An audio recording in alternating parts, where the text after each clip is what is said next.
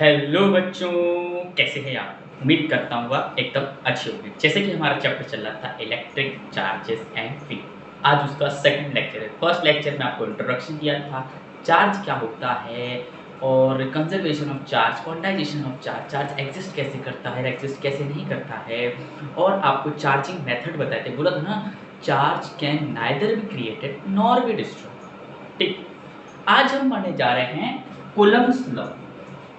ये देखो, ये भाई है क्या कूलम्ब्स लॉ।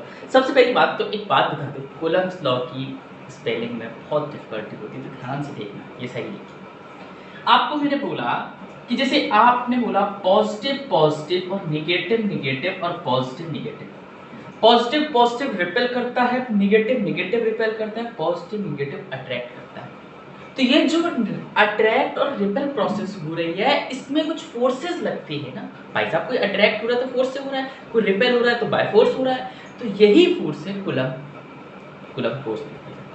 ठीक है, इसकी डेफिनेशन नहीं, इसका पूरा फॉर्मूला और डेरिवेशन है। इसका फॉर्मूला बहुत इंपॉर्टेंट है इलेक्ट्रोस्टैटिक्स के लिए, कूलम्ब्स। ठीक है, इसकी डेफिनेशन है इट इज स्टेट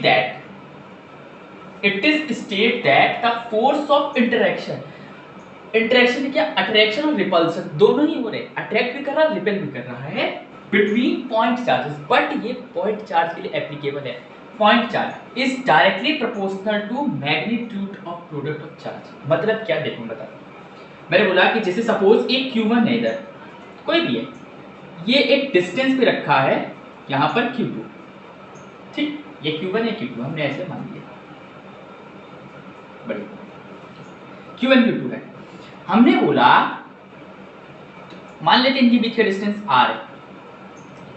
हमने बोला Q1 मतलब वन चार्ज ने इस पे फोर्स लगाया, हमने ऐसे मान लिया अभी, पॉजिटिव पॉजिटिव मान लिया, इसने इस पे फोर्स लगाया, तो फोर्स लगा है 2 पर लगा है, किसके द्वारा, 1 के द्वारा, तो F21। हमने बोला इस पे इसने फोर्स लगाया, तो ये भी ऐसे गया। अब ये फोर्स क्या है, फोर्स लगा है 1 पर, किसके द्वारा, 2 के द्वारा, 1 पर ड्यू टू 2, 2 पर ड्यू टू 1। ठीक है, ये है।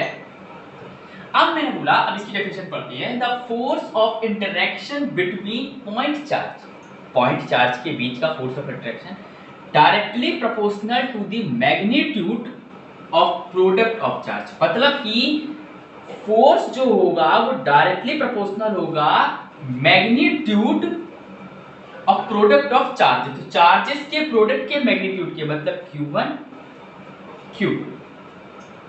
ठीक, मैग्नीट्यूड मॉड लगा देना, बट अब ये दोनों पॉजिटिव है ना।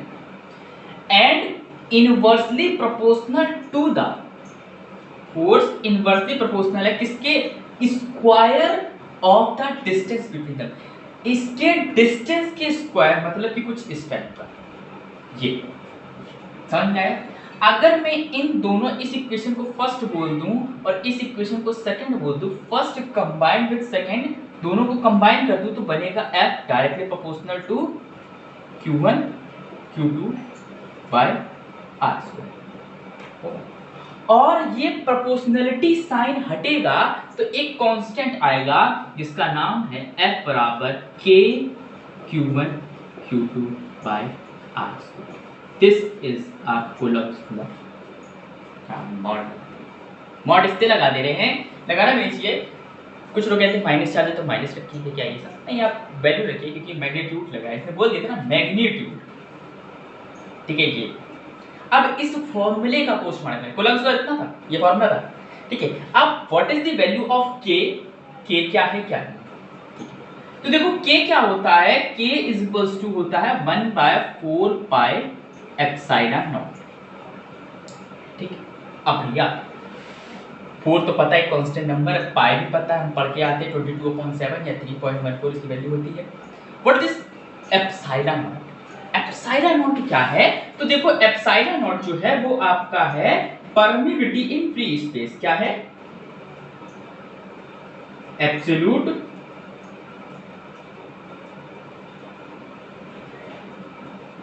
परमिटिविटी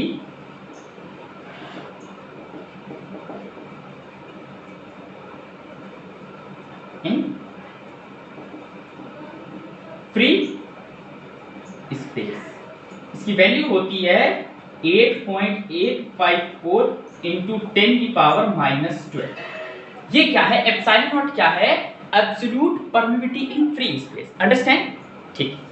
अगर आप कहेंगे कि इसकी वैल्यू इधर रखी, पाई की वैल्यू रखी 3.14 ऐसे है, इन सबको सॉल्व करा तो k का वैल्यू आएगा। अरे इतना क्यों जा रहे हैं? हम बता रहे ना, टीचर है।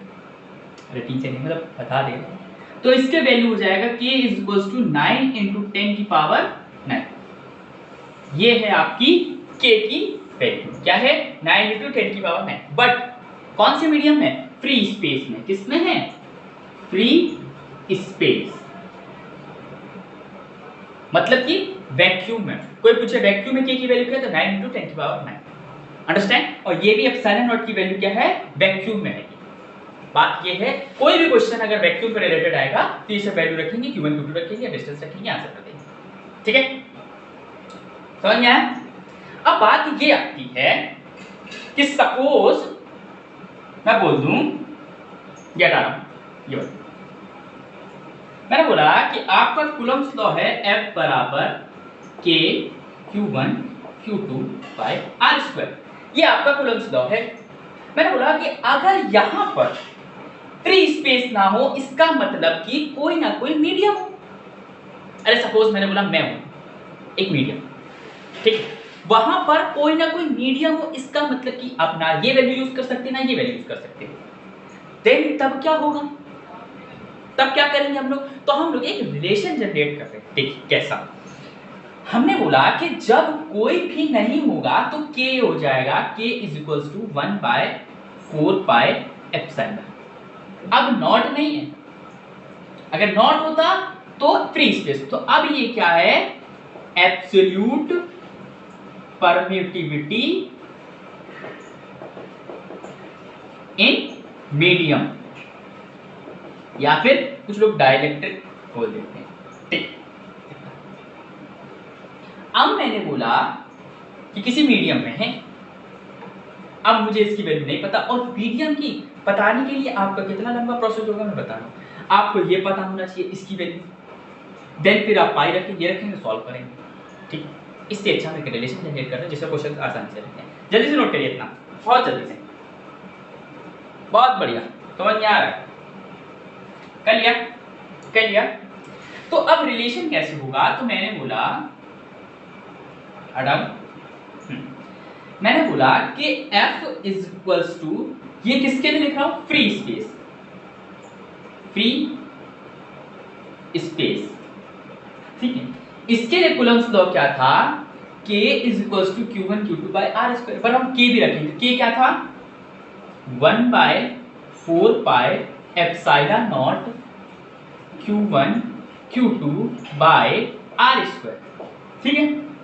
अब मैंने बोला इस डिवाइडेड बाय F मीडियम, किसी भी मीडियम में। अब यहां पर क्या हो जाएगा? K = Q1 Q2। सपोज यही क्वेश्चन है, ये पहले फ्री स्पेस था, मीडियम में, चार्जेस तो सेम है, तो Q1 Q2 और डिस्टेंस भी सेम है R²। बस बदला क्या? 1/4πε। वहां पर एप्सिलॉन नॉट था, या एप्सिलॉन। अब अगर मैं इन दोनों का डिवाइड मतलब काटूं तो ये जो हो जाएगा, ये पूरा कटा, ये भी कट गया, ये कट गया, ये कट गया, ये कट गया। मतलब कि हमारा एक रिलेशन आया एप्सिलॉन नॉट बराबर एप्सिलॉन। ये रिलेशन आया, यही आया एप्सिलॉन नॉट बराबर।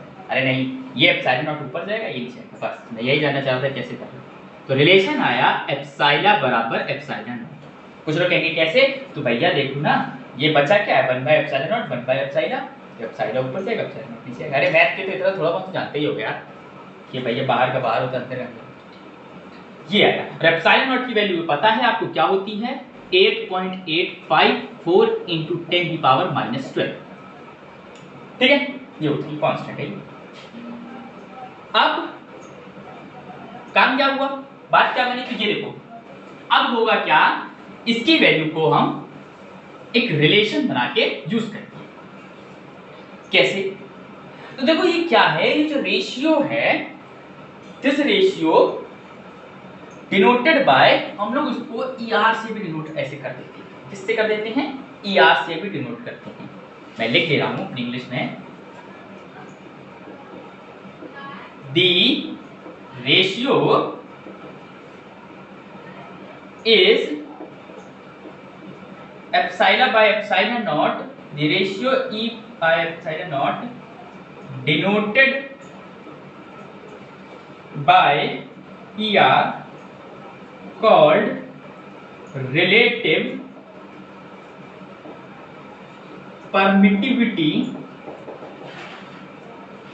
of medium.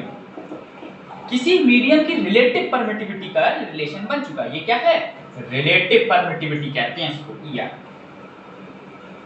Medium with respect to vacuum denoted by K या ER called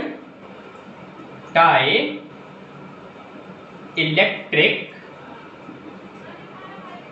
constant of medium. Understand?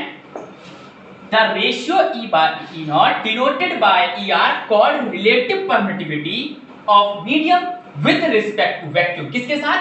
Vacuum के साथ जो है, वैक्यूम के साथ और किसी एक मीडियम के साथ डिनोटेड बाय K या E naught is called dielectric constant. मैंने बोला था ना डाइलेक्ट्रिक कांस्टेंट बोलते हैं अगर कोई मीडियम में आ जाता है इन सब के रिलेशन को। ठीक है, तो अगर मैं अब बोल दूंगा, मैं ये बोलूंगा ना, ये हटा रहा हूं, मैं ये बोल दूंगा कि E K is equals to epsilon naught by epsilon naught, क्योंकि K से डिनोट कर सकते हैं, बोल दिया मैंने। ठीक है, तो K is equals to epsilon naught by epsilon naught। अब जो मेरा फॉर्मूला है, फॉर्मूला ये है ना 1/4 पाई epsilon naught Q1 Q2 by R square equals to F square। ये किसके लिए है? For vacuum. सपोज दैट अगर वो बोल दे यहाँ वैक्यूम नहीं है तो आप इस रिलेशन का कैसे यूज करेंगे? देख, वैक्यूम यहाँ है, इस वैक्यूम की जगह ये है। अब मुझे किसी मीडियम में निकालना है, ठीक है, अभी वैक्यूम में मैंने कहा कि अब ये हो गया किसी मीडियम में, एप्सिलॉन नॉट है। अब किसी मीडियम का वैक्यूम के साथ रिलेशन कैसे होगा? तो आप लिख लेंगे एप्सिलॉन बराबर K इनटू ये लिख देंगे, ये एप्सिलॉन लिख देंगे। अब ये किस में हो गया है? ये एप्सिलॉन नॉट क्या है? किसी मीडियम का रिलेटिव परमिटिविटी है, वैक्यूम में नहीं, किसी मीडियम में है, तो ये मीडियम ही तो है। F किसी की क्या रख देंगे? F equals to 1/4 pi epsilon की जगह क्या रख देंगे? K epsilon naught Q1 Q2 by R square. This is ठीक है। अब ये जो फॉर्मूला बन गया है, this formula for Coulomb's law in medium. इससे पहले वाला फॉर्मूला था Coulomb's law in vacuum. Understand? देखो कंफ्यूजन मत करो, वैक्यूम से ही मीडियम पे हम आ गए। हमारे पास ये रिलेशन ध्यान रखना, this relation is very very very important. This relation is denoted by this and also denoted by this. Understand? And this is called dielectric constant of medium. Understand? बहुत बड़ा कंफ्यूजन है। कूलम्स लॉ अगर strong है तो आपकी electrostatics चुटकियों पे नचवाऊं, बहुत इंटरेस्टेड है, मजा आएगा। समझ में आया? चलें आगे चलें। Very good. This is K is equals to क्या है? नीचे लिख देना डाइलेक्ट्रिक कांस्टेंट, यहां भी लिख देना या यहां लिख देना। K क्या है? Dielectric constant. समझ में आया? और 1/4 पाई चलो नोट ले लो, समझ में आ रहा? Very good. कुछ लोग ऐसे कर देते हैं इसको, आगे पीछे करके ऐसे लिख देना 1/4 pi epsilon naught Q1 Q2 by R square into K है ना, तो 1/4 पाई एप्सिलॉन नॉट तो यही बन चुका है। अरे ये K की क्या लिखते हैं? 1/4 पाई एप्सिलॉन नॉट लिखते हैं। क्या हो गया? 9 इंटू 10 की पावर 9, इसकी वैल्यू क्या है? 9 इंटू 10 की पावर 9 रख देना, K की वैल्यू रख देना, खर्च हो गया जाएगा। अंडरस्टैंड? उम्मीद करता हूँ ये सब समझ में आ रहा है अच्छे से। ठीक है, आइए इसका एक इंपॉर्टेंट पॉइंट है, इसका क्या है? देखिए इंपॉर्टेंट ये है कि force is inversely proportional to E relative permittivity. Force inversely proportional to relative permittivity. पहला इंपॉर्टेंट पॉइंट ये है इसका, ER is relative permittivity is always greater than 1। हमेशा एक से बड़ी होगी, और दूसरा ये है f inversely proportional to 1 by. चलो ये तो एक लॉजिकल बात होगी। What is this? आपको भी बताया था f बराबर होता है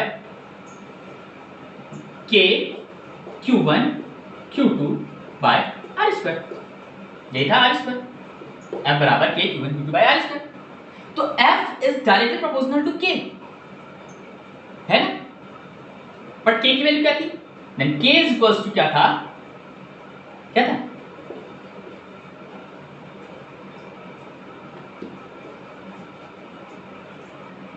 क्या था? नहीं समझ में आया? यही था ER। अरे ER ही तो था, E नॉट बाई ER। ये रिलेटिव परमिटिविटी कब आता है? किसी मीडियम में आता है। अगर वैक्यूम की बात हो तो खर्च उठा के रखना। मीडियम में एक डाइलेक्ट्रिक कांस्टेंट के नीचे भी था। अरे ये क्वेश्चन मीडियम में ये फॉर्मूला बन चुका था ना, 1/4 pi epsilon naught q1 q2 by k by is equals to r into r। Then k किसके बराबर है? ER जो था, और ये किसके बराबर था relation? Epsilon by epsilon not, epsilon by epsilon not था ये ER, ये रिलेशन जो था। जस्ट प्रीवियस में थोड़ा सा बात याद करो। तो क्या ये इनवर्सली प्रोपोर्शनल नहीं है? इसके इनवर्सली नहीं है। मतलब रिलेटिव परमिटिविटी जितना बढ़ाओगे फोर्स उतना कम होता जाएगा। Relative permittivity inversely proportional to force. Understand? समझ में आया? उम्मीद करता हूं ये सब समझ में आया। इतना टफ टॉपिक है ही नहीं। देखो इलेक्ट्रोस्टैटिक्स फिजिक्स का फर्स्ट बुक क्लास 12 का वेरी इजी, और सेकंड तो उससे ज़्यादा इजी है। अब आप कहेंगे भैया आपके लिए सभी इजी है। नहीं भैया, आप पढ़ के देखो, सब कुछ इजी है। Everything are easy. Properties of